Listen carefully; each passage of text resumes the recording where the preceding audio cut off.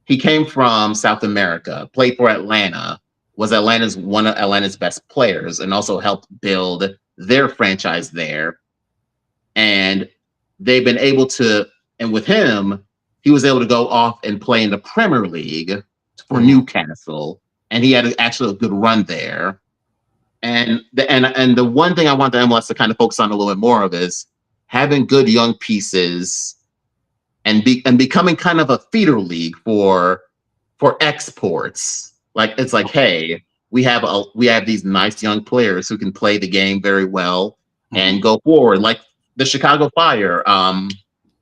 There was a player a couple years ago, Gaga Slonina.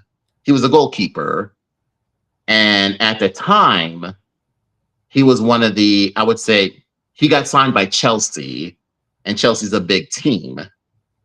And even though not many people know him at the moment, it's still kind of good press for the MLS. And he's one of those players who's kind of building through the ranks. Okay. Because what they do is like if you sign them, you sign some of the MLS players young. Yep. If they can stick in the Premier League, they'll go. But we can send them out for a loan for a couple of years and have them build their resume and then come back to us or get sold to another European big team. Okay. Now the problem I see with that is, what's the upside for them to leave Chelsea, the Juventus, to come to America? Because it's like, well, there's no real fan base there. There's no culture of soccer there. You know what I'm saying? So you would have to present them a huge upside for them to leave those premier clubs to come here to play for America. Which I would understand, and the counter I would have to that is we don't have promotion and relegation. I know a whole lot of people in the US have pushed, oh, we need promotion relegation to make the game fun.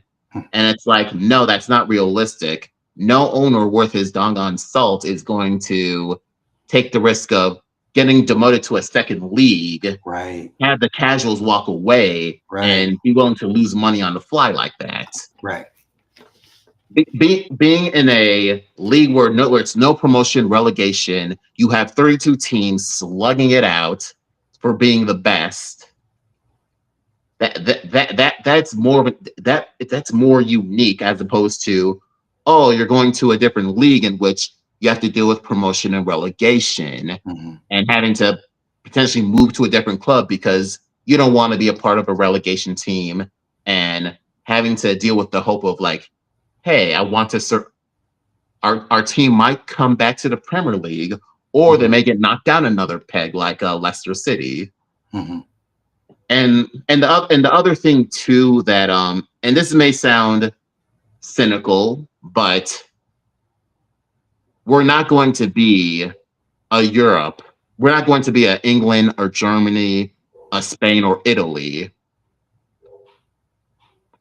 In order to be those leagues, a whole lot of structural change from the youth side will have to happen, which I don't think is going to be. And on top of that, what does that look like? Sorry. No, but when you say that, what does that look like? From the youth side, I would say from the youth side is bringing in players a little bit more younger. Okay. Actually having a legitimate academy. Okay. I would say it's either scrap the college system or find a way to have the college system have value. Because one of the big things with the MLS that's a glaring thing to me was the MLS draft, in which that structure has not been useful since maybe in the mid 2010s, because most of the players that get drafted don't even make it to the first team. They get relegated to MLS's Next Pro, which is their developmental league. And some of the players don't even, because of roster politics, don't even get a fair or true shake. Okay, here's my suggestion. You have to mirror what Europe has done.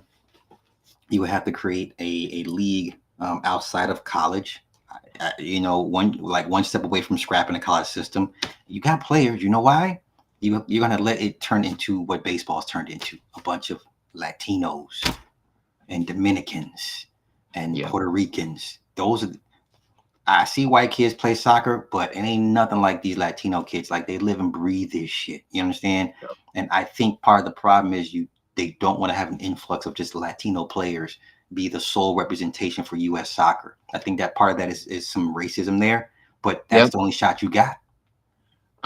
I agree with that, and I'm glad you brought that up because it brings me to another thing, which one of my old fraternity brothers, he played soccer in college, and me and him were chopping it up with soccer, and he mentioned that America needs to have their own system. Yeah.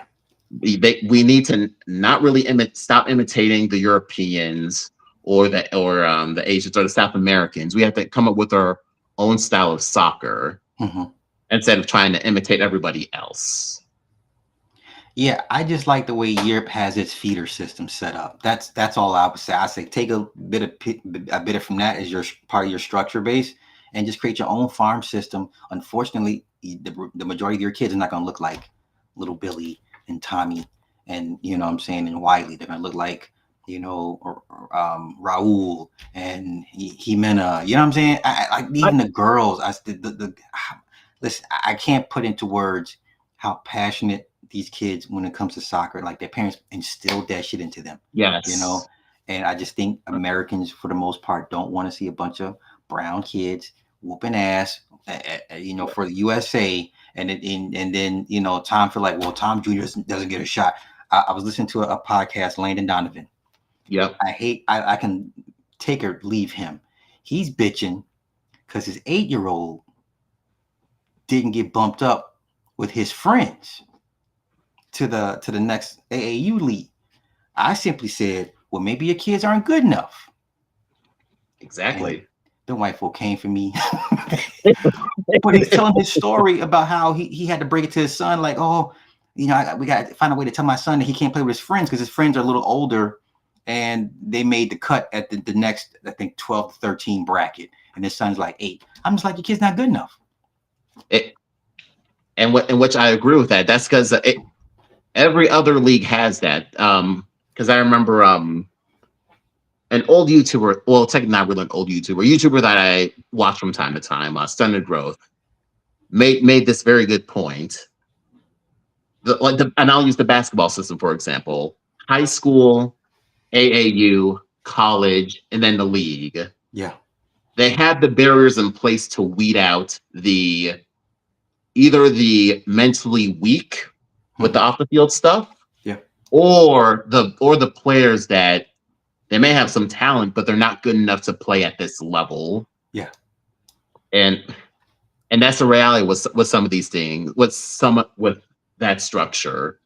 And with soccer, it's no different, because I remember a documentary I saw. I mentioned academy players. That's because you have I want to say once you get up to like the U18s, between the U18s and U22s, they say, hey, it's either you're good enough, we're going to have you on to our U22 or U21 team, or it's like, hey, we appreciate what you've done, but you're not good enough. Or it's like, we appreciate you, but you just didn't make the cut. Yeah. In which that's the reality of sports. You're just going to have some people that are better than you. Yeah. Yeah, listening to him tell his story, son, I'm just like, okay, this is a clear-cut case of this is not a system problem. It's your son's not good enough. And man, them white folk jumped my ass in the comments. I was like, what did I say? I just, you know what I'm saying? That's what it is. Yep. I gotta find that clip, and not when I get a chance to find it out, I'll play it. But yeah, I just think the majority of Americans don't want to see brown kids represent them. Let me get your take on the men's team, U.S. team. How you feeling about them? I love them. I'm in love with those guys. I really like them, and I know you're not fond of Pochettino, but oh my God, but I like him. That's because I follow his journey since Tottenham. The man has made a lot out of a little. It's just the reason why he never won a championship at Tottenham is because the front office, Daniel Levy, didn't give him any money for transfers. Okay. And then when they fired him, that team hasn't been the same since and almost got relegated. Okay. And then with PSG, with them, it's like expectations. And also, when you have so many superstars, they don't, how can I say this? They don't need a coach, but for a lack of a better term, they Okay. just need a game manager. And with the American team, they have someone who's going to implement them in the system and be willing to test things out. And because I know because he has a good, and I love that the team is mixed of a whole lot of players. You have OGs like Team Rim, but you also have exciting guys like Tim Weah and Zendejas, and even some MLS guys like my guy Chris Brady. He's been putting in work for the Chicago Fire for years. Okay. And also, and I do agree with you that Matt Freese or Chris Brady should have been implemented a year or two later because Matt Turner he's old. I want to say he ain't got it. Well, for one, he's old, and two, also that bad year at Nottingham. Yeah. Is still messing with him. I can tell. To this day, you're right. But I do love the roster because it's just a great mix of players and they're playing together. And yes, someone's gonna say, but hey, you guys, our group is fairly easy, in which I had to give some pushback for because Australia and I want to say Turkey, before Turkey dropped the ball, were ranked within the top 25 of FIFA. Yeah, I don't take those arguments serious when they say it's an easy. There's no easy group. They're all the best of the best, whatever case may be. Here's why I don't like Pochettino. Pochettino to me feels like Steve Kerr. Before Steve Kerr, Doc Rivers put that squad together, and Doc Rivers was not allowed to enjoy the fruits of his labor. That's how I felt about Berhalter. Half those guys on the roster Berhalter had already. And I just felt like they didn't give him enough time to put it all together. I don't know why Diego Luna is now on this team. It's almost a slap in the face because he was the face, heart, and the soul of that team the last 2 years in their friendly play. It just feels like Pochettino is reaping the benefits, the Steve Kerr effect. He's a scrappy player. He's like the Brad Gilbert of soccer, just he never quit, never say die attitude. But, skill wise, he's not a Ronaldinho and none of that shit. But I'm happy for him. I thought Berhalter deserved another shot to see him put his pieces together, And that I agree with. And the only reason why Berhalter left was because of some weird, cheap scandal in which, again with these soccer federations, it's like cheap, unnecessary outside scandals always finds a way to get someone cooked. It's like so we fired him for that. Don't get me wrong, I like Pochettino, but I think Berhalter is that guy. But and also Berhalter was kind of a victim of, I would say, trying out various American coaches, because with the previous coaches, they were like retreads, like Bruce Arena, Bob Bradley. It's like coaches who were great at one time in the MLS, but always found a way to burn out. Okay, gotcha. And on a side note, I do agree Diego Luna should have stayed. I personally think Gio Reyna should have probably been left out. But either him or I don't know if it's Pepe or Poppy. Oh, Pepe. I mean, with Pepe, I get. I mean, Pepe is a face, and also he's in a very good development. I wouldn't say developmental, but I would say the second tier, not second tier, but good but not elite league in the Dutch league, the Eredivisie. Yeah. So I get why they did why Pepe's there, but I understand why people might not be fond of his play. Yeah, yeah, yeah. That's my same complaint. Yeah, you spot on with that. Okay, let's go and get to the federal politics. Cheesy man. What should Black folk do when it comes to voting moving forward? Oh wait! No, let me stop. Let me stop. That's not fair. Let's say that for later. Should Black women and Black men vote as a collective or vote for their best separate interests? Let's go there.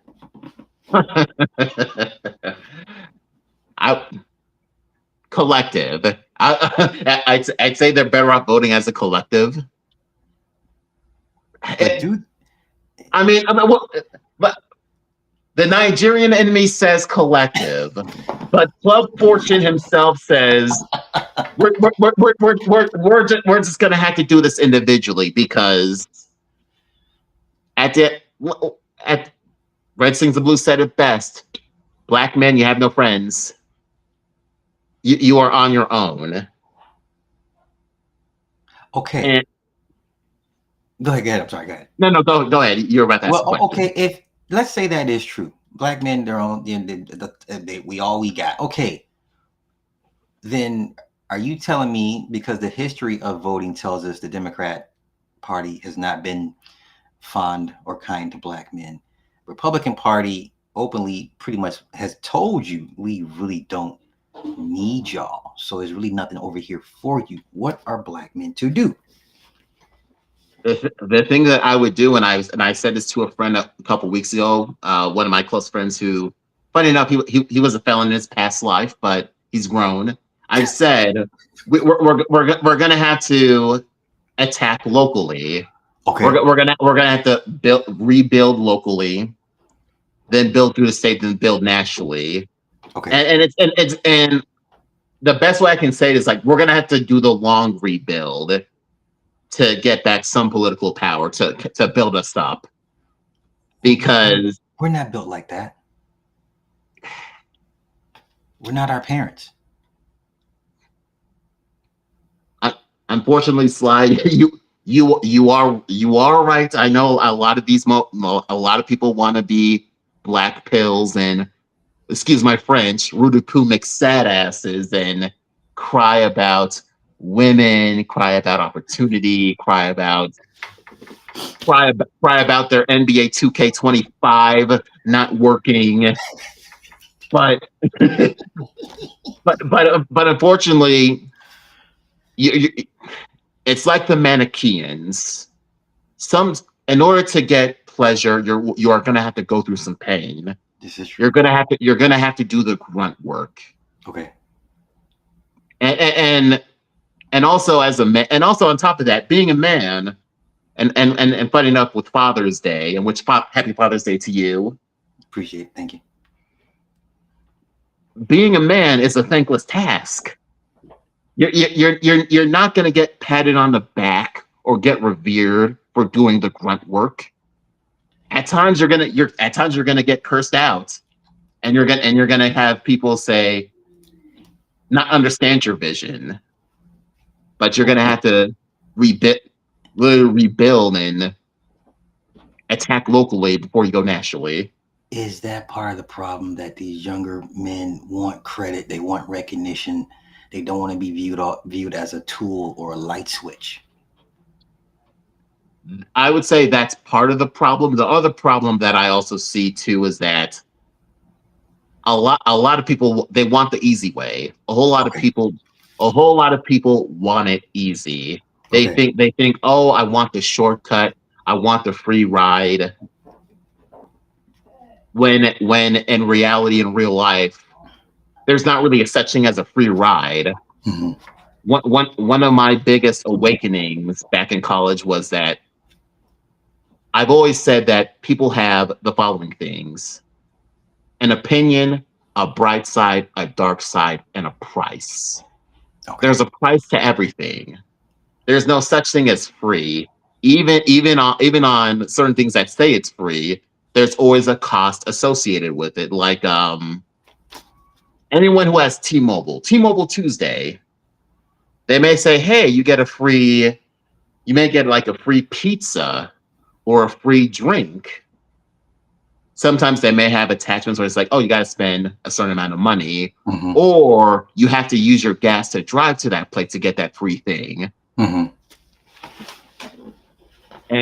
the problem that I'm seeing with the man is with I'm not say the mofos across the street, but with a lot of the dudes that complain, it's like they want a free and easy ride, and it's like that's not how life works. Let me ask you. I don't have numbers in front of me, but it seems to me more women are involved in politics. We're talking Black women. Does it seem like it's more Black women involved in politics? And if that is the case, why is that so? And then on top of that, you can't get mad at how they vote because they took the chance to risk and they put in the effort to run for these positions to get the results. And you expect them to want to vote for your best interests when you don't align with them. Is that fair to say? I would definitely say that's a fair assessment. That's because even growing up, I've seen like more and more Black women go for political positions. Okay. Like I remember before I moved out to Indiana in Evanston, a whole lot of the ballot that I saw a black woman running for the water department position. I saw a couple running for judge. I saw a couple running for alderman. And even growing up, one of the wards in Chicago where my dad used to be he was a landlord. Rest in peace to him. And one of the apartments, the last 3 aldermen were Black women. And ironically enough, one of the women was Jesse Jackson's daughter-in-law. But I'm gonna leave that story alone. Oh, but okay. But yeah, I've definitely seen quite a bit of women getting into the political field, and it's like they built a lane, and who would I be trying to impede in their lane when they built something? They have their base narrative and things like that, as opposed to oh, since they never really reach out to us or want us in their lane, I think it's better to just do our own thing and just build from scratch. Okay. Okay. Have we gotten to a point where I've always said the freedom thing is a problem. You know, once you give Black folk freedom, it's complete disarray. Yeah, free will, freedom, whatever the case may be. Do you ever see Black folk, men and women, ever coming back as a collective, like we were under Jim Crow, chattel slavery? Do you ever see that ever taking place ever again?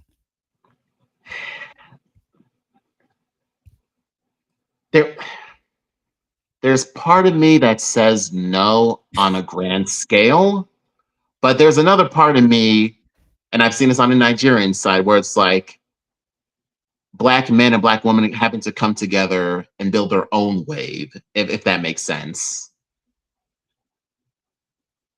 I don't see that happening. My thing is, if we all agree that politics eventually corrupts the politician, if that's a no-brainer, no matter what color, race, gender the person is. So you have a bunch of Black women that get into politics and they show that they're corrupted as well. Then it's like the men are complaining. Well, they're like, well, see, these Black women are no good. Wait, politicians across the board are no good. Exactly. So if I don't understand the criticism. Like, if we understand that you get into this long enough, you will turn to the dark side. Yes. And you have a bunch of people that said, you know what, I want to do something. I want to, steer my own ship, and they fall to the dark side. It's like, what are you mad at? What's the critique? The problem is, I think people just don't understand how optics work. Okay. Or understand the state of politics, because I mean there's an eye in politics, for crying out loud. Politicians are going to do for selves, and then for the people that donated and contributed. And I'm not talking about voting in the polls. I'm talking about donated a whole bunch of money to their campaign. Okay.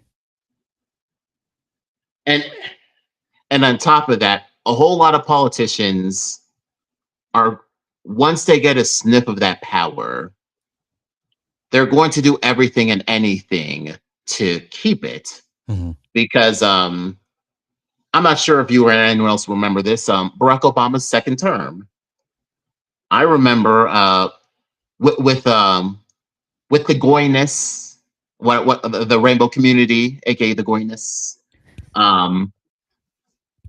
During his first term, he wasn't for them. That's right. And also technically through that Pastor Wright under the bus, but Jeremiah Wright. Yep, exactly. Yeah. And then come his second election, he lost some of his votes with white men, with the white population. Mm-hmm. And he had to turn to the LGBT community, and they had to use their political power to say, hey, we'll help get you in. We know Mitt Romney's not going to work with us, but we need you to make sure that you help us in passing the same-sex marriage bill, Mm-hmm. in which that ended up happening, in which Barack went a little bit against his standards to survive another 4 years.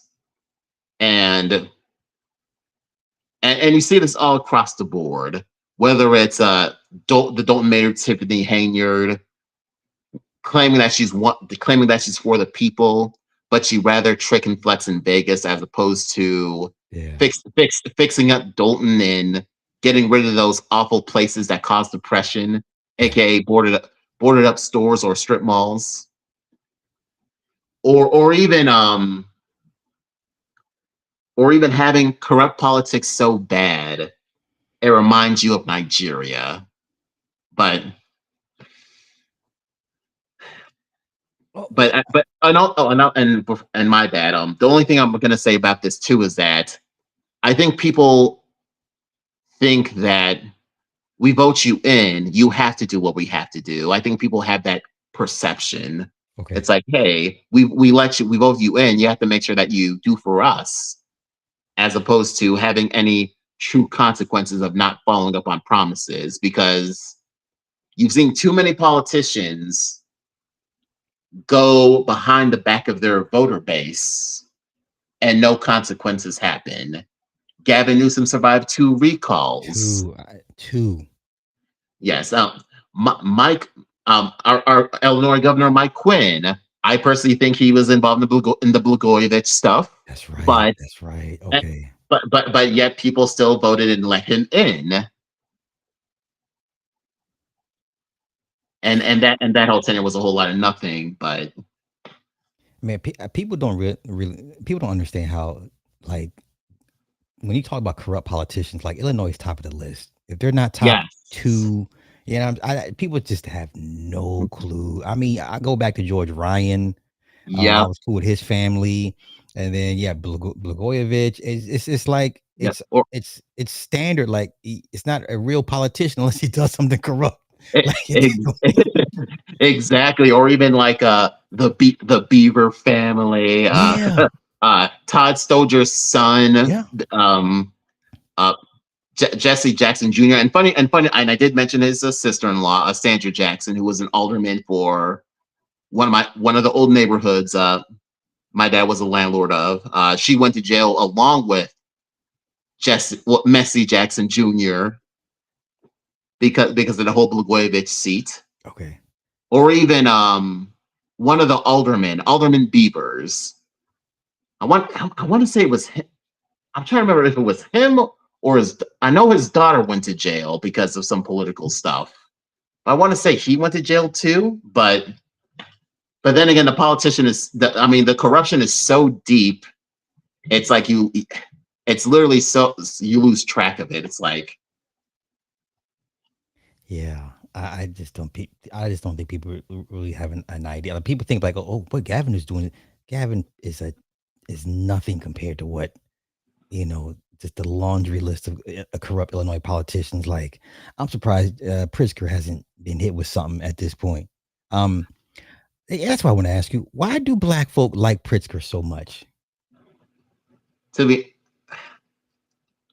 I'll be honest, like I have no idea. I I, I don't know. Maybe the George Clinton, maybe the Bill Clinton effect has long lingering effects. It's like, hey, we think JB Pritzker's like he's like Bill Clinton. Oh, they He has a love smile. Where Pritzker, man. he doesn't wear a tie. Eh, They love Pritzker, man. Like, it's like, y'all do see what he's doing. Yeah, but I like him. And I get it, because it's the same way with Gavin Newsom. It's like, yeah, I know what he does, but I like him. It's like, I get it.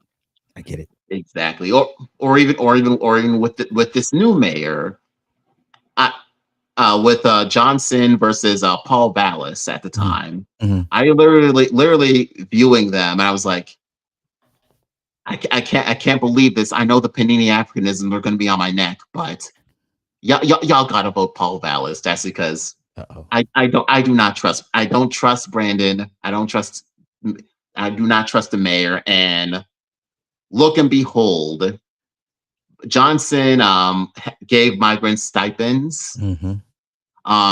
I think he did an abhorrent job of trying to keep the Bears in Chicago or even Illinois. Mm-hmm. I mean, and also, granted, part of this is not completely on him, but the constant increase of red light cameras, the teen takeovers, Okay. and not really any active solutions. And it's like, yeah. I literally saw this coming. I saw this coming a mile away, but people continue to vote against their own political interest, and it's just like, you know what, man, I'm sick and tired of trying to vote against the grain. Okay. Try to vote for your best interest. Let me just get up out of here, move to Indiana, enjoy a change of pace, and also finally enjoy the labors of a 1 bedroom. So What you guys what's Indiana's tax rate now? their tax rate is set. I want to say it's 7. Are you talking about sales tax or? Yeah. Yeah. Sales tax. Yes. Yeah, sales tax is at 7%. Illinois is what? Illinois is say- right behind California, if I remember correctly. What's in the dang? Hold on. Let me go. Hold on 1 second. Let's go do some homework. I got it. Thank God for having a second phone. Let me go ahead and pull that up. Let me see. 4.95% is Hold on. the flat rate. Let me see. Indiana sales tax rate. Let's see. Yep, Indiana's tax rate is 7, and then Illinois 6.25. Yeah, pretty much the basis. Yeah, it's like 6.25, but in certain areas, it's like up to 11. Up to 11. Yep. Okay. Is it safe to say that black mayors of any city are just placeholders at this point? Because I can't recall any real black mayor having any real power. I don't know. I guess maybe Harold Washington. Yeah, and then even then, and then when he died, they brought in, who was Eugene Brown? Was that his name? He was some I want to say yes. wimpy ass dude, but we were so happy he was another black man. Yeah, I would say no real power since Harold Washington like that. True, and on top of that, even some of the black mayors that had power behind them always found a way to leave egg on our faces, whether it was Kwame Kilpatrick or Keisha Lance Bottoms. Yeah, Keisha Lance Bottoms. Yeah. Wait, she's running for what is she running for? Senate down there? I want to say yes. She has a good chance of winning. Was it a governor or something along those lines? Let me take a look. She has a good chance of winning down there, man.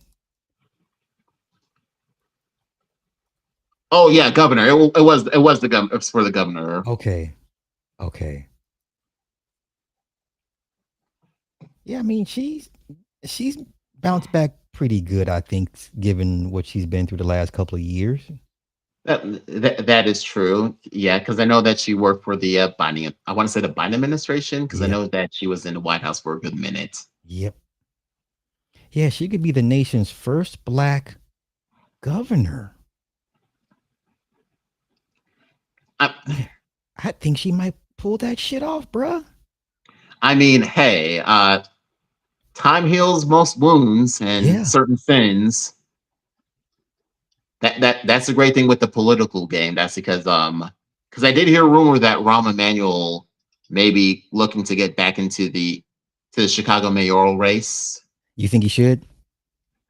Hmm. I would say yes, it's worth a shot. I mean, Okay. Obama is still beloved in Illinois.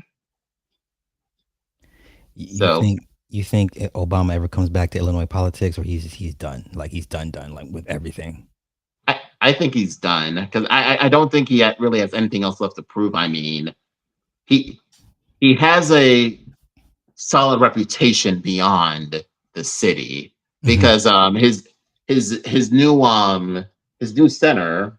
Yeah, I just seen the opening and the speeches and stuff. Yeah, I thought it was pretty good.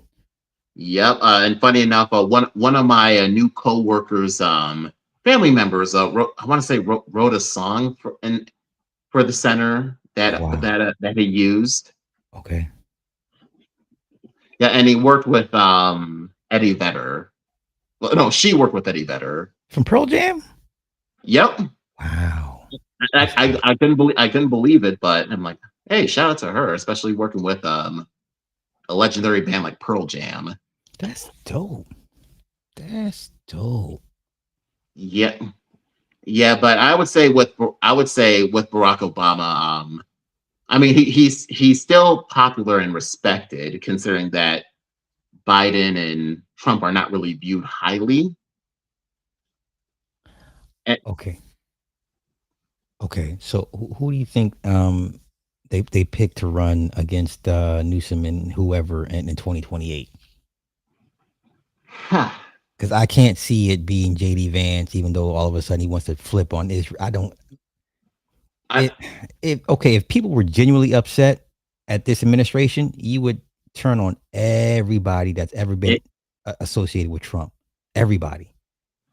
So you know what I'm saying? In real terms, JD Vance name should never be mentioned for a presidential nomination. Like, sir, you were his VP. Like, the hell with you. Like, that's a real, you know what I'm saying? Like, a real boycott would be like, the hell with all of them that ever had anything to do with his administration. But who do you think the picks would be?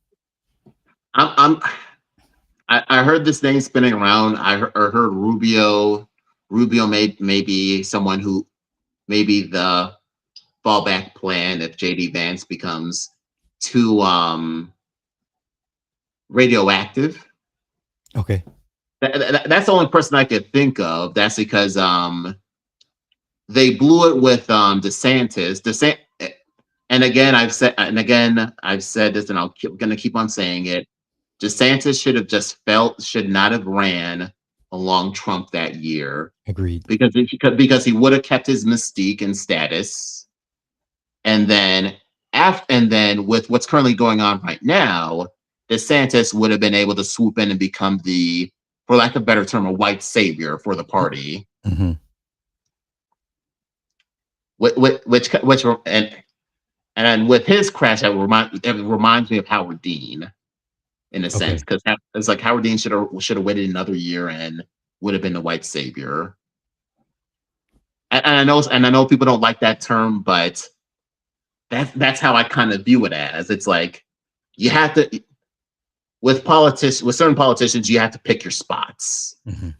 Knowing when your party is low, you can pick them up, or knowing when to throw your chips and cash in, like go all in. Mm-hmm. And the only politician that I could maybe think of is Rubio.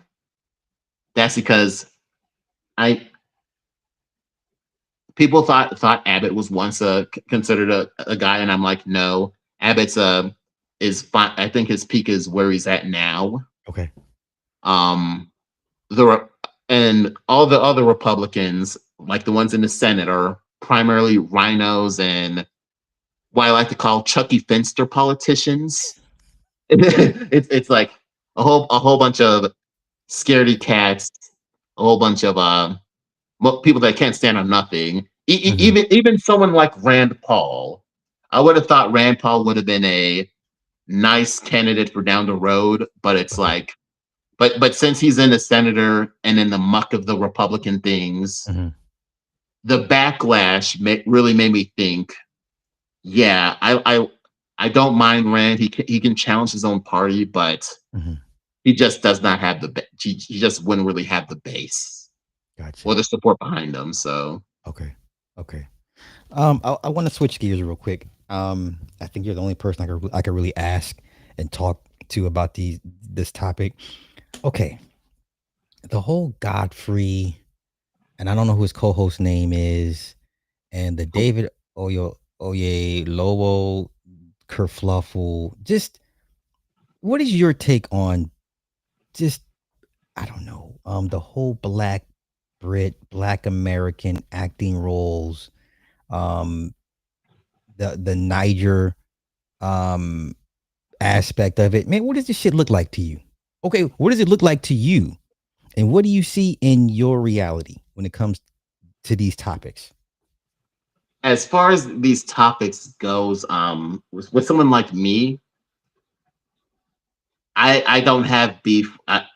With me, I never really had beef with like Black Americans and the Africans. Being as someone who is a first generation American, the whole FBA versus Tether versus ADOS talk to me I felt it was kind of silly. I don't want to say silly as like just dismissive, but it's like to me it didn't make a whole lot of sense. But as far as like that particular scenario, I personally thought David did a little too much. It's like, bro, you just did a job. There's no need to try and mimic Black Americans, trying to paint them as inferiors. And then with Godfrey and I want to say the co-host was Akbar Gibby-Amila. I want to say he was an NFL player. The inferior one, by the way, because his brother was a lot better, but he went religiously crazy. Subject for a whole nother day. But but as far as Godfrey, come on, man. Godfrey's well. Let me not curse. Godfrey is he's a clown. I'm like, bro, if you really are serious on the African tip, how come you are not talking to Nollywood, considering that Nollywood is a top 3, top 5 in gross revenue with Hollywood? Okay. And the whole, and as far as Africans go, they don't care. That's because it's like we're building our own lane in Nigeria. It's the what I like to call the Siditi the Siditi sector of Africans that are trying to put too much into this. Okay. Like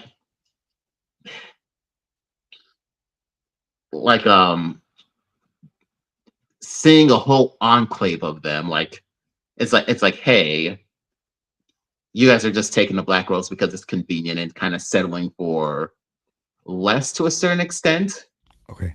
But then again, I can't knock those actors for taking the job. Well, yeah, it's easy to punch on them because I get that part of it. You're gonna do what you're gonna do because you got bills and whatever the case may be. I would say that our I guess our anger is pointed at the wrong person. We should be upset at the casting directors, those that hire these people, those particular studios that like to push those type of narratives. But because, like I've said, we had no real power to really hurt them, it's easy to go after the actors that take the roles. Yep, I would. And that's my primary position of it. But another thing I wanted to add is, some of those families of those, like for example, Selma with the Martin MLK's family. Mhm. So and my response is, so you're telling me that you're over here fighting for your grandfather's legacy, but yet you all did not lay out a guideline and standard of rules for people that want to do biopics of your father? Mm.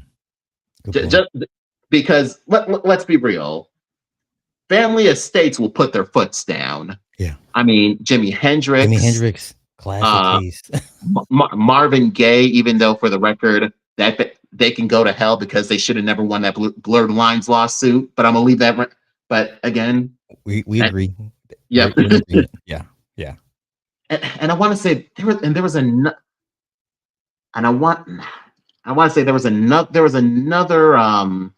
family that put the kibosh on a documentary because they didn't like the way it was running.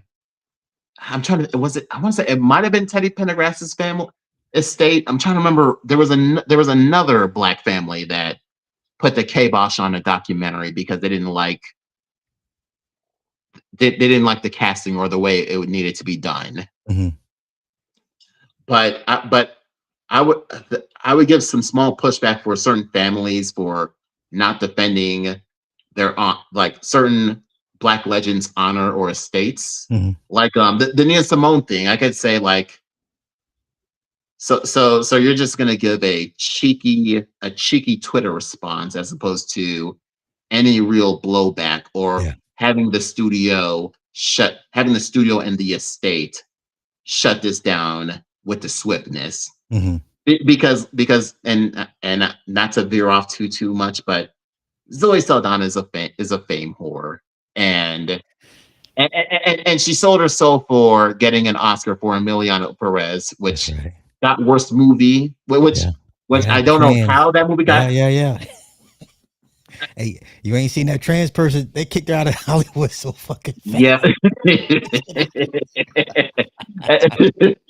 and apparently people. This is Hollywood.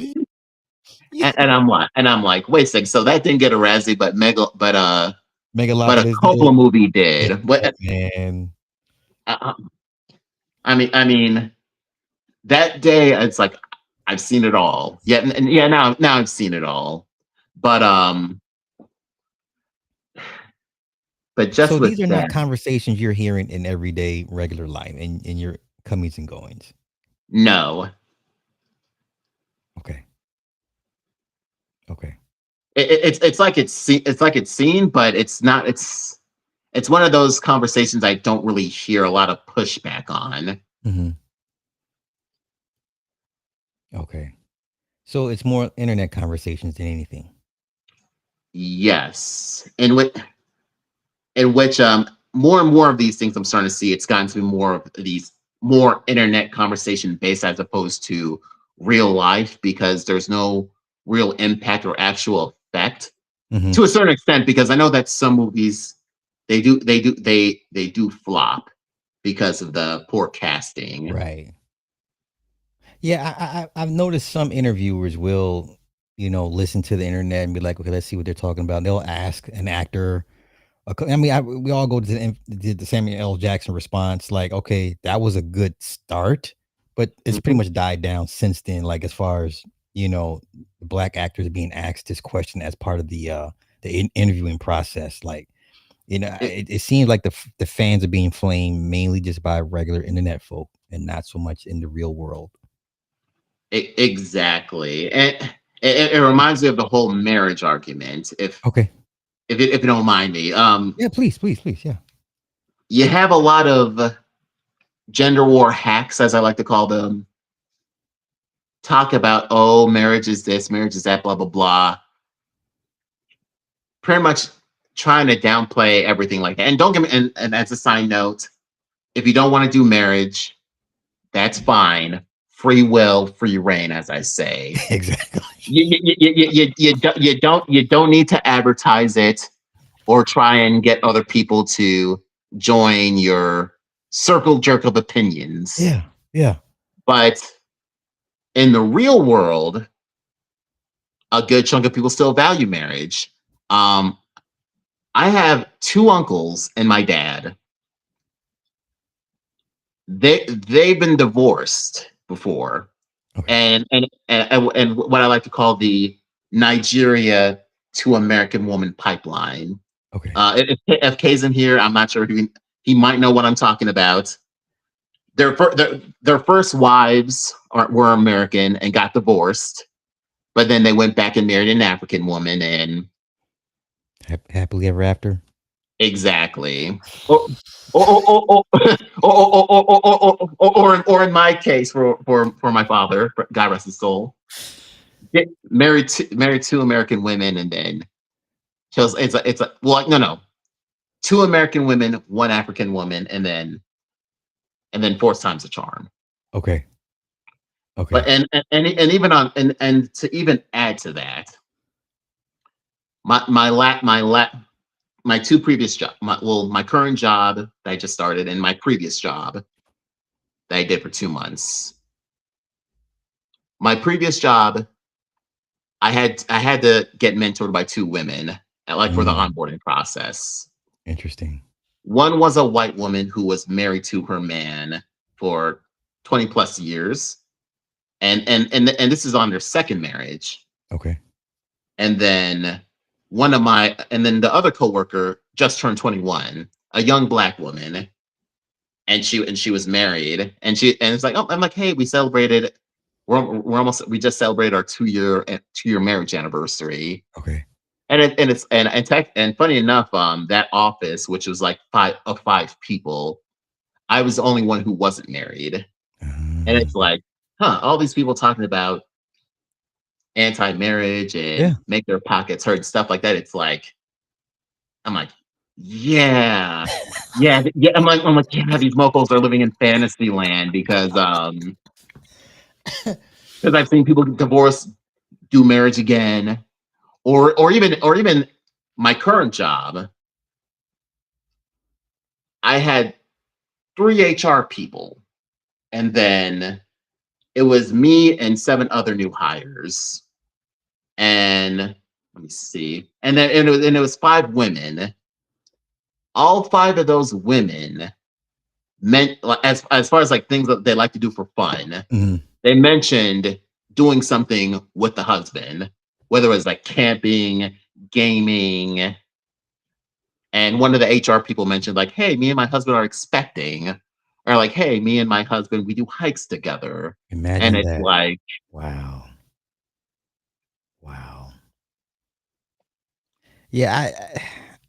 I that yeah. My reality is not what is on the internet, and I just wish people would just I don't know, touch, take a deep breath and just go outside. I don't know. exactly. I mean, take a deep breath, touch grass, pound pavement, feel sand. It's like a whole lot of these internet arguments are just energy consumption. Okay. Are there any internet arguments that you think that you would deem valid? Hmm. I would hmm. I would say with old heads gotta go. Okay. That's because I've seen a whole lot of elders, give bad advice or make decisions that sabotage the future for the youth. Well, you know what's funny? I see both black and white have a total disdain for boomers. It's not just us. Like Yeah. everybody, like Gen X and millennials, like have a whole disdain for boomers. And I don't understand because the boomers wouldn't have nothing if the silent generation didn't leave anything for them. What do you think that came from? Why do you think the boomers are trying to die with the money in the casket? Huh. You- it's one of the few things that I haven't been able to figure out for years. Like, because I was asking myself this question. It's like, what made them want to kick the ladder, make them want to destroy the ladder and stay at the top? Right. And I initially thought it was like, oh, you know what? I think it's just because of like maybe bad parenting, which some of it is because they're because I remember talking to there are certain boomers that I talk to, and it's like, I'm like, oh, so your kids are mess ups, and this is why you're in the situation that you're in. But for the life of me, I have not really been able to find a true concrete answer Mhm. because the silent generation gave Gen X dang near everything. Get Everything. and then the boomers literally not giving it, pretty much working till they die, pretty much shortening the workforce for both Gen X and Right. millennials. Right. Um and then want to turn around and blame those same people for not having ambition or anything like that. And Mhm.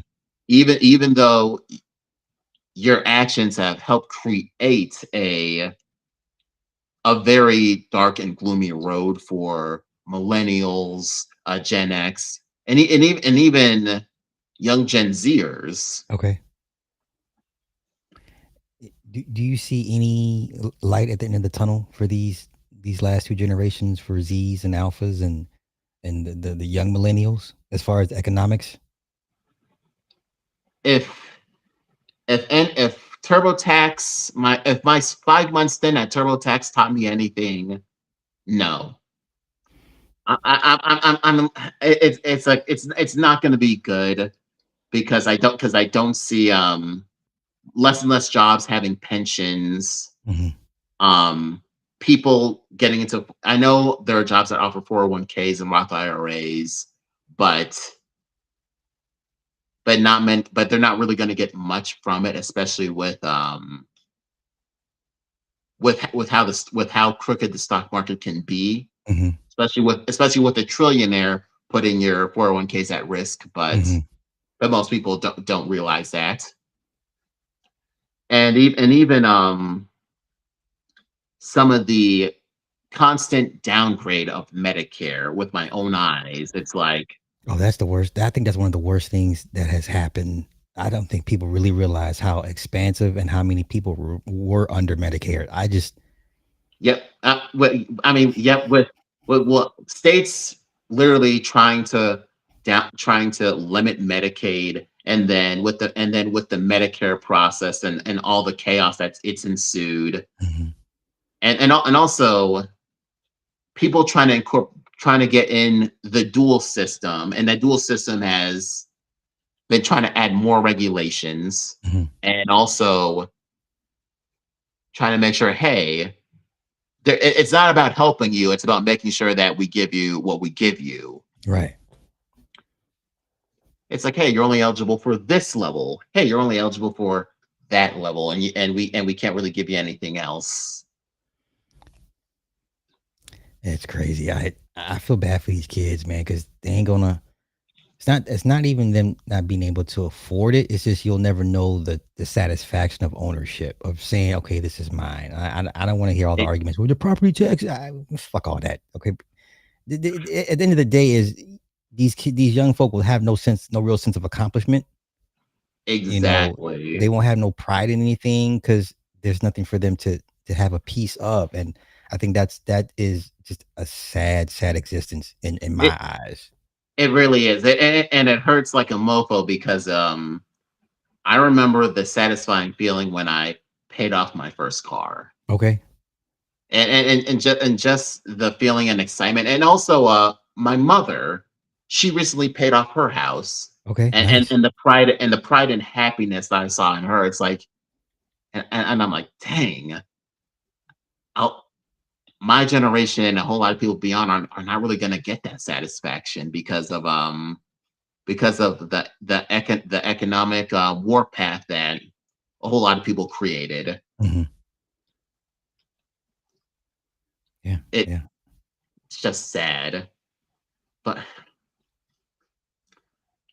and to even add to that too, it's like you have a whole lot of people pushing, hey, go into this industry, hey, go into that industry, and Hmm. it's like, that's nice and all, but typically when that happens, it's like you have an overflow. Hmm. You have an overflow of people trying to get into this industry because they think it's easy, whether it's so on some false hope stuff, or it's like, hey, you can get in, but there's kind of like an additional additional attachment. Mhm. And it's like, and the thing is, it's like, yes, the younger generation can find their own ways of fun, but the thing, it, they shouldn't have to be heavily struggling like this. Like Yeah, just no, I'm with you. I think if you're ever going to consider having kids nowadays, you better have all your ducks in a row. You better be able to lead them with something.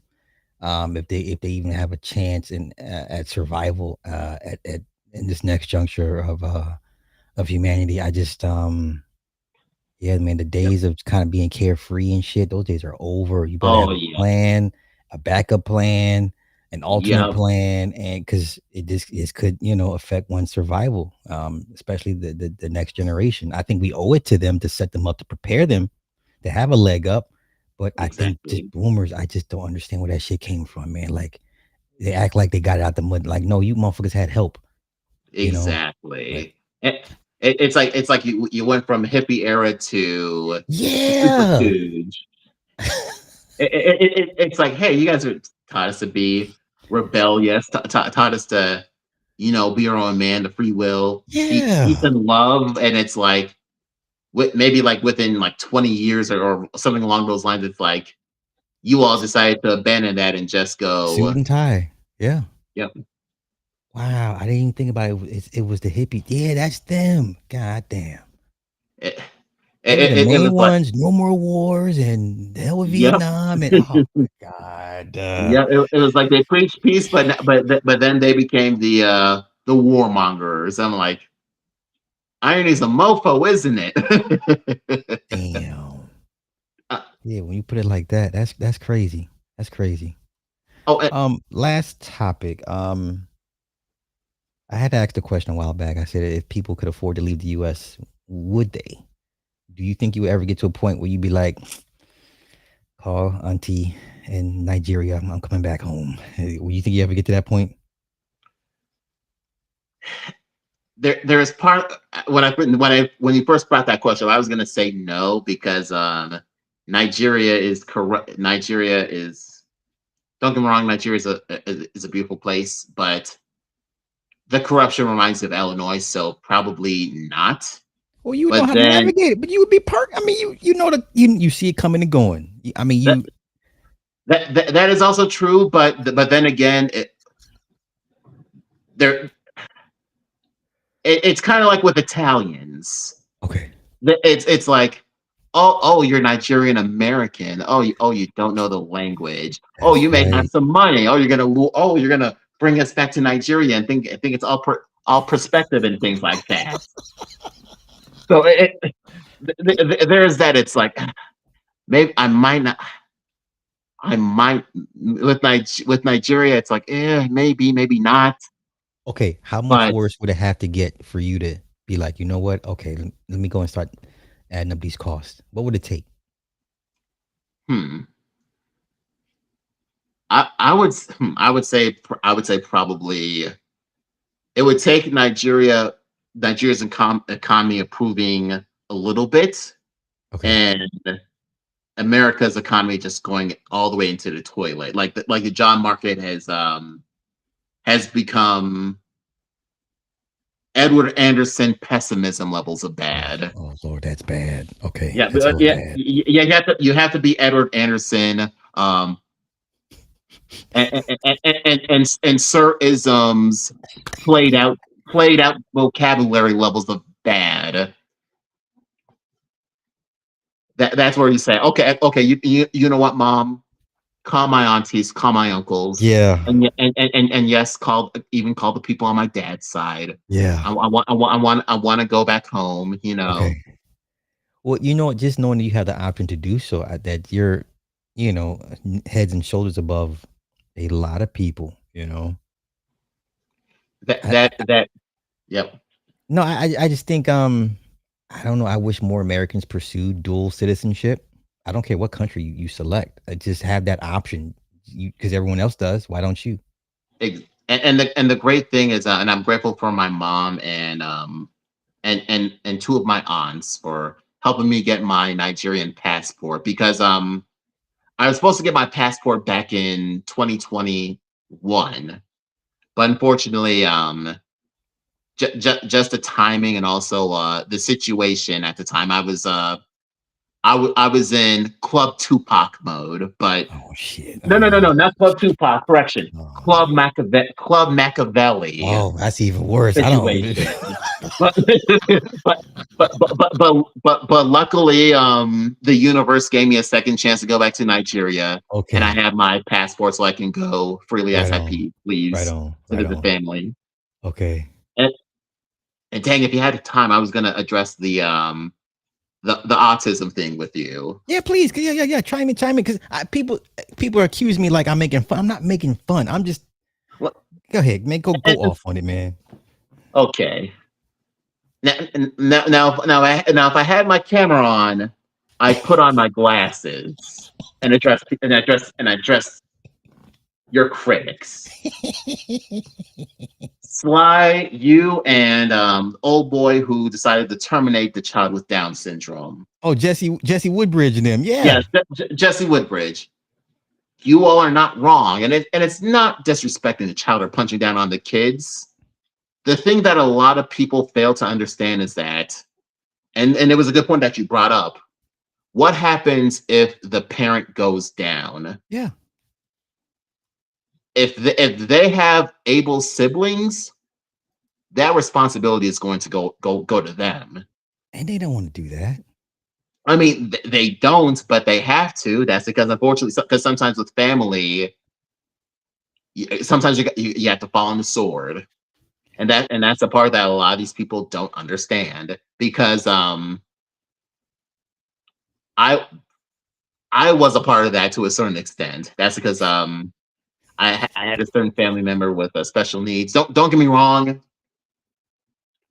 They did put some things in place, and it wasn't as severe as other cases, but it's still a lot of work.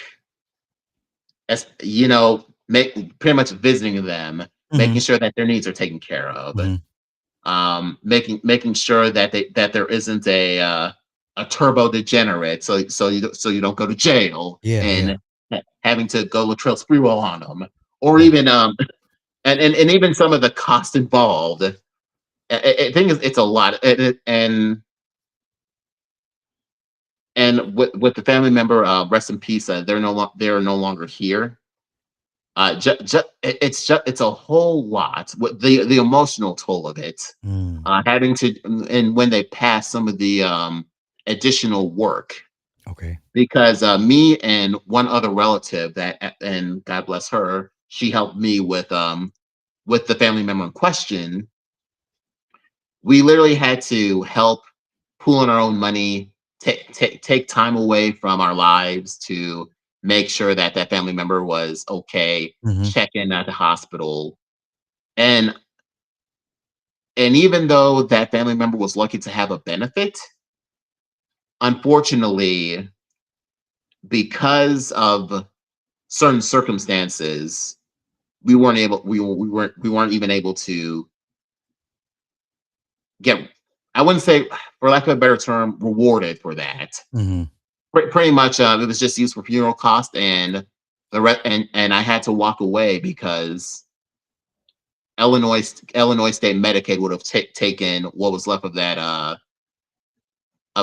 death benefit. Right. And I'm going to be a little bit careful with this because they're still around, and Yeah. Of course. I have another family member who has the Down syndrome. And I've seen where you don't, if you don't incorporate them into an environment that's relatable to them early, Okay.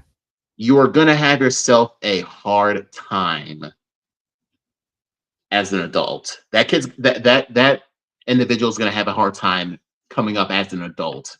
Okay. because it's like, what are you gonna do with them? Yeah. Because Yeah. I've seen some of them just like sit in the house and do nothing, Yeah. or it's like pretty much you I'm like the parents are out here just doing their thing, and it's like you have this down individual who can't really do much because it's like they're not in a window to where they can be themselves or be involved in a group of people that care about them. Mm-hmm. And the thing that and yes, I'm not a fan of killing babies at oh actually my apologies, I don't want to get you yellow flagged. I'm not a fan of sending babies to the pearly gates. Yeah, but if you get a test On 3 months in, yeah, I mean, what do we? Yeah, That's exactly, unjustifiably. for me, But it's a no-brainer. But go ahead. but the thing is, if the kid is going to suffer in the real world, whether through defects or things like that, I'd rather terminate the child and not let it suffer Yeah. because and some people aren't going to like this. If you knowingly and willingly let a child live through birth defects, I think you're a selfish parent. I agree. I agree. And it's like go if you go through your struggle or have a frustrating moment, I'm gonna be one of those people. It's like, isn't this what you signed up for? Hey, and I'm like you had a bailout card and you chose not to use it. I'm like hey, and it's like, yeah, no bailout card for you. I'm like, go ahead. No, no, no.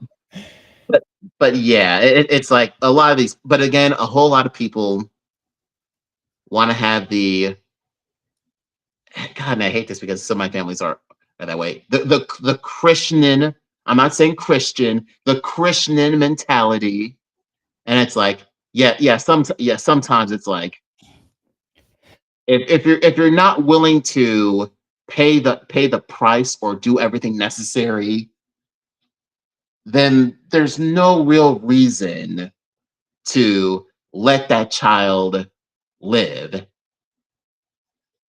Well, is part of it ego because it's like almost like some type of badge of honor, and I'm like, I can't see it like that. And what was the other point that I was trying to make? Uh, yeah, it seems like it's an ego feeding thing to say, look what or the part of the religion part is to suffer. Like there's this Yes.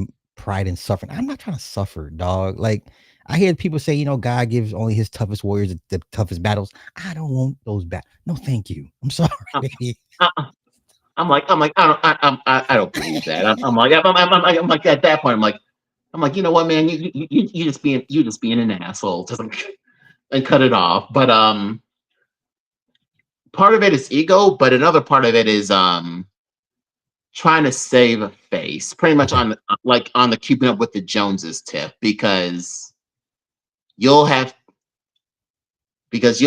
outsiders, they'll say, oh, oh, you decided to keep your child. God bless you. Even though those Yeah. people Yeah. aren't going to do anything for you, they're No just one's going to gonna give you exactly. No one's trying to trade places with you. None of that. yep, None of that shit. None. yeah, None. I agree.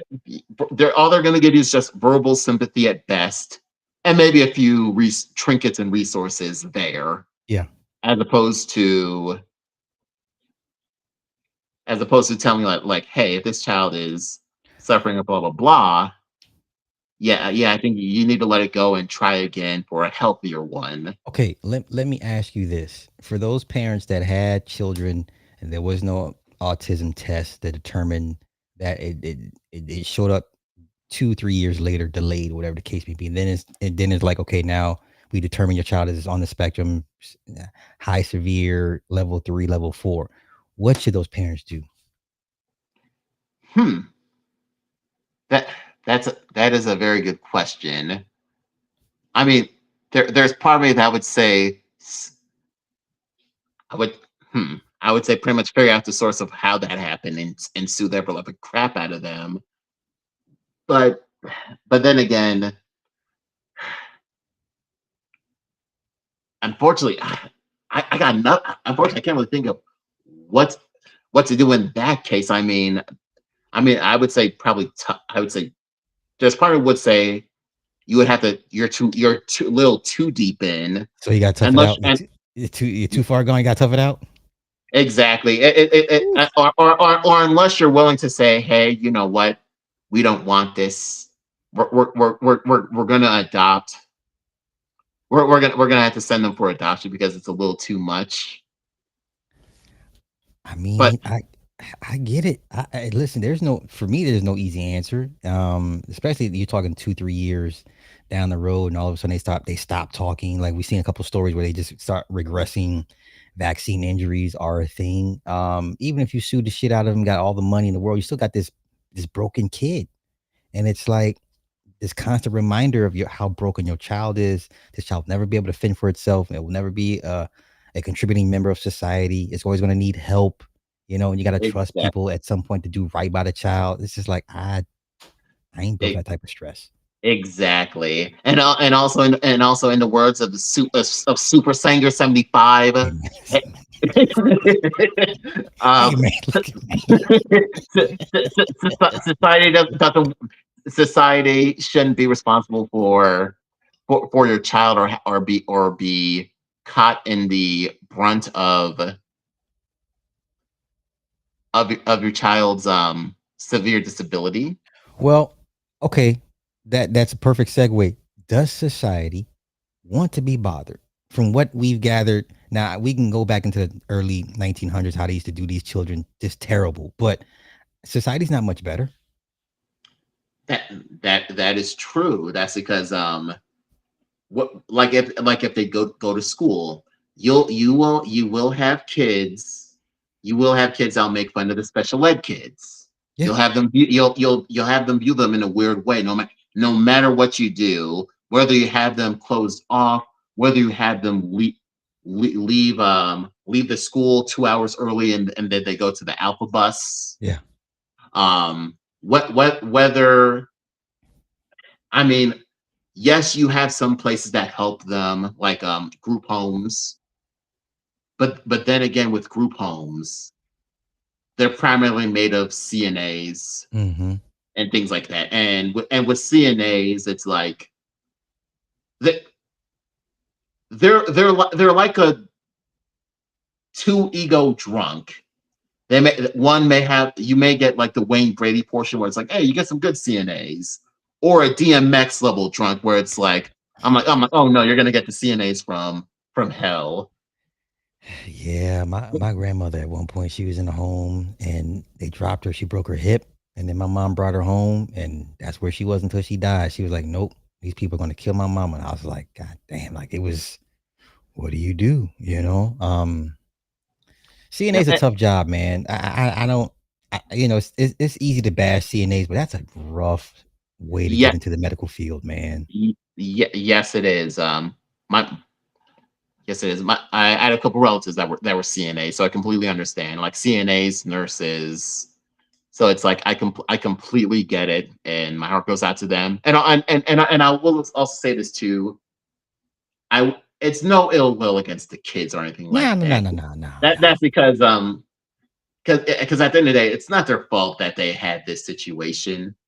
And in my younger days, I was a part of the special ed program.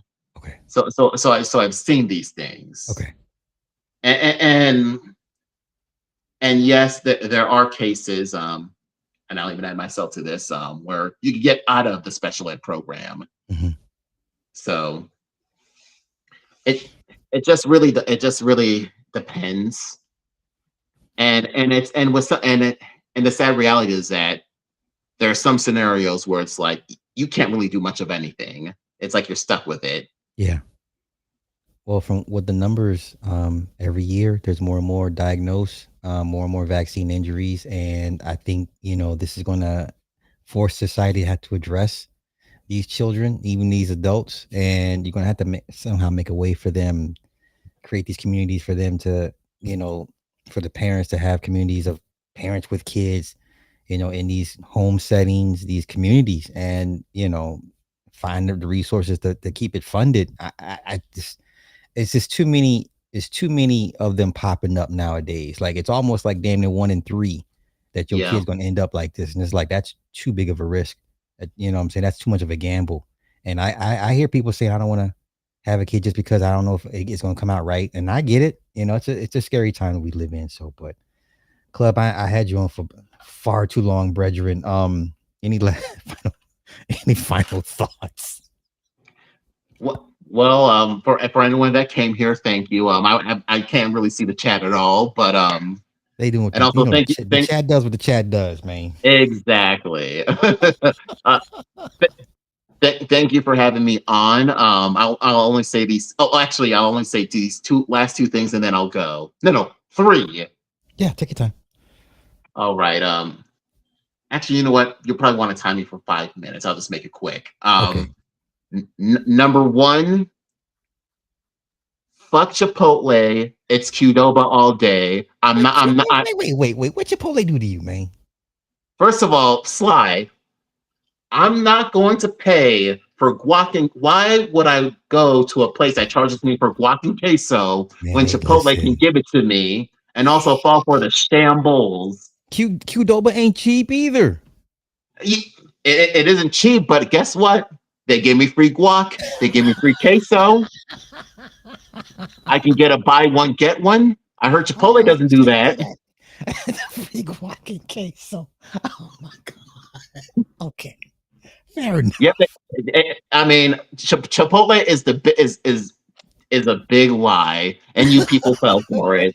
It's pretty much like Krispy Kreme. Y'all say Krispy Kreme is good. I'm like Dunkin' no, Donuts all day. No, I don't know what a Krispy Kreme Dunkin' Donuts all day. Especially with those stale donuts that y'all sell at the stores. I'm like, what in the raccoon food is this? Y'all trying to get me to eat raccoon food?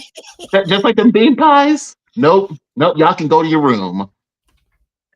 And any of you Chipotle people, you Krispy Kreme people, you all can go to your room. And then the second thing that I'm also going to say too, don't get me wrong, Michael Jackson's Bad is a good album, but it is still a 4th place album, all because I Can't Stop Loving You. Are you serious right now? Yeah. Okay, give me your rankings. No. We're gonna talk. Give me your rankings again, sir. Number 1 is Off the Wall. Number 2 is Dangerous. Thriller. Now we'll say this: Thriller is barely number 3. That's because the omission of Carousel alone knocks it down. You got Dangerous over Bad? Yes. I'm sorry. The second half of the album. Don't get me wrong. Bad has great singles. I don't, ladies and gentlemen, this man lied to me. I don't know who this dude is. He done finessed his way onto the stage show. What? You have Dangerous over Bad?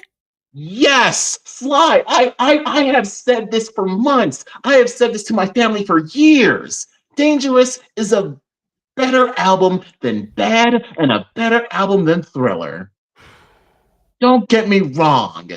Bad is a good album. Oh my God, I can't believe Bad is a good album. I thought he was a good guy, y'all. I don't know this man. But there's some overrated songs. I'm sorry. I Can't Stop Loving You is a severely overrated song. Bad is pretty much Thriller. Is the equivalent of Thriller. A better video than a song. And you know what? And I'm willing to die on that hill. But Sly, I will tell you this. I'll tell you this, Sly. I've always been one to change my mind because I remember I said 8 Confessions was inferior to 8701 with Usher. But then years later, as I grew up, Club grew up, and I sent myself to my room. I changed my mind.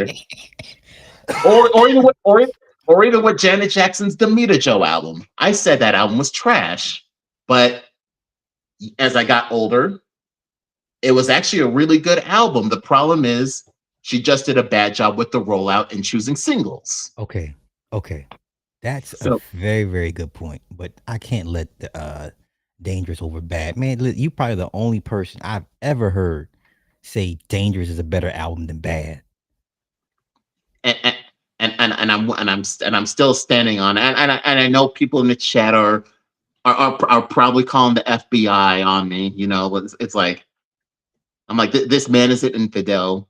He's talking on Super Sly's chat. Man, this man said Dangerous is a good album, but shit, better than Bad. Oh my, no, man, no, I can't roll with you on that one, bro. You on your own. But and I'll only say these two other things that then I will get out of here. Sly went. I'm assuming you will never let Truth Teller out of his 720 contract. That was man for life, man. Shit. That shit in blood. I made him cut his hand and everything. What you talking about? and then I'll also say this. You hip hop old heads gotta go. Please, and can we please stop letting Joe Buttons, a man who has never won a rap beef in his life, push the culture? And also, Lord Jamar is irrelevant. He's the least known member of Brand Nubian. So asking about his opinion on hip hop is pathetic. Okay, to Lord Jamar's credit, his after rap career, I would think, has made him somewhat a semi-household name. I mean, that is last time we mentioned true. Grand Pooba was when. I'm just saying. Fair. I mean, that is fair. But Lord Jamar, he's pretty much like Ebro's brother. Just like stating, like, I'm like, oh my God, I have all these opinions. I'm like, you know what it is? I just think the older we get, and we see ourselves turn into villains because we done seen too much. We done seen too much, you know. And I understand why guys like Jamar and say what they say. I'm just like, you just live live long enough, too long, and man. But come on, man, you really listen. 10 years from now, I guarantee you'll change. And there's no way Dangerous in no shape, form, or fashion is a better album than Bad. Ain't no conceptually, sonically, there's nothing that Dangerous has on Bad, bro. I'm sorry. I mean, I can only tell you how I felt when that album came out. Like, it's one of those, what do you, like, you didn't, I forgot about Thriller. I was like, oh shit. You know what I'm saying? And you ain't bad, you ain't tough, you ain't nothing. I was like, oh my God. I mean, the Remember the Time, when I first discovered the Remember the Time video, it was like, it was an event. Exactly. It was like, I'm like, you know what? This video and this song is way better than Thriller. And it makes Thriller the Whopper Jr. Ooh, wait now. Wait. Michael has had 3 decades of basically pioneering video format concepts with those 3 albums, from Thriller to Dangerous. There was nobody visually that could touch Mike.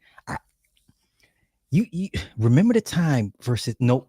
Thriller for me, because we all ran home at 7:00 to watch Thriller. Look, I am not going to deny the Thriller impact, and yes, Thriller is a great video. The only thing I'm saying is that Remember the Time is a way better song than Thriller. Wait. Remember the Time a better song than hell no. Come on, Sly. Hell no. Come on, Sly. Really? Wait. Take away the Thriller video, take away Remember the Time video, and just go song for song. with no videos, if you can imagine that possibly. Thriller's a better record. No, no, no, no, no, no. I mean, the only thing that you remember about Thriller is the chorus. Thriller. Remember the time, I can the listen. chorus, even the ad libs. I bet you remember it. No, Club. I can listen to Thriller's instrumental and be banging off. That shit bangs. Just take that 10-second loop of the break and just loop it, and you're good. You're good to go. You ain't got to listen to nothing else. I can't do that with Remember the Time. It's a great song, but it needed the vocals. You need the music for that to be a complete song. I can listen to Thriller instrumental and just be like, I'm vibing. Like that. No, sir. Sir. In the words of my man Walt Diddy, sir. What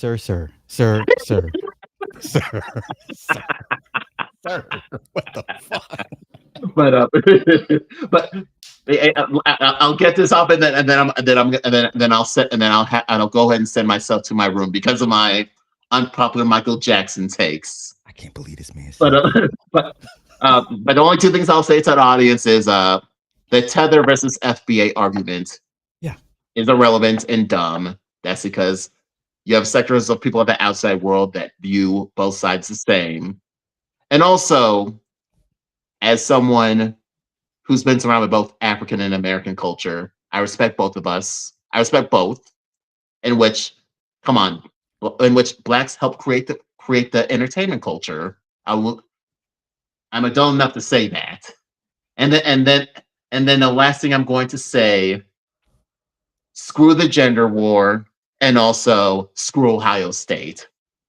The 2001 y'all cheated in the 2001 championship. I just got to say that. Well, you've been holding on to that for a minute, huh? I mean, and also Red Sings the Blues. If you're in the chat, Denny's is superior. IHOP is overrated. Everything, hands exactly. Down. Man, nothing is touching the Grand Slam. Nothing. I went to a Waffle House several years ago because my sister lives in the Atlanta area. I'm like, this isn't bad, but you know what would be better? A Grand Slam. Club, you know how good Denny's is when they was going through all the racist shit, talking bad to black customers. We still going to Denny's. Like, fuck y'all. Yes, it's like I'm like, lady, you looking at me really weird, but I do not care because these pancakes are too good. Oh, listen, people out there protesting. We like, fuck. We after prom, we went to Denny's. We didn't care. We didn't care. Club Fortune, my man. Thank you for coming through. Thank you so much, Sly. It's with everybody. All right, bro. Have a good night. You too. Club tripping. He didn't mean that, y'all. He fell and he hurt his arm or something. He did not mean to say that Dangerous. What he meant to say was Bad is a better album than Dangerous. All right, I'm gonna get out of here. I gotta go. I gotta go eat. Gotta get ready for House of Dragon season 3. I will come back and discuss that. So if you have HBO, get on it, because when I come back, we're going to talk about it, and also the movie Obsession. Finally went to go see it. There's some things that kind of stuck out to me, and so yeah, I'll be back in a couple hours. Thank y'all for coming through. I want to thank my guest Club Fortune for coming through as always, and hopefully you guys glean something useful out of this. So yeah, I'm gonna get out of here. I'll catch y'all in about a couple hours. All right, until then.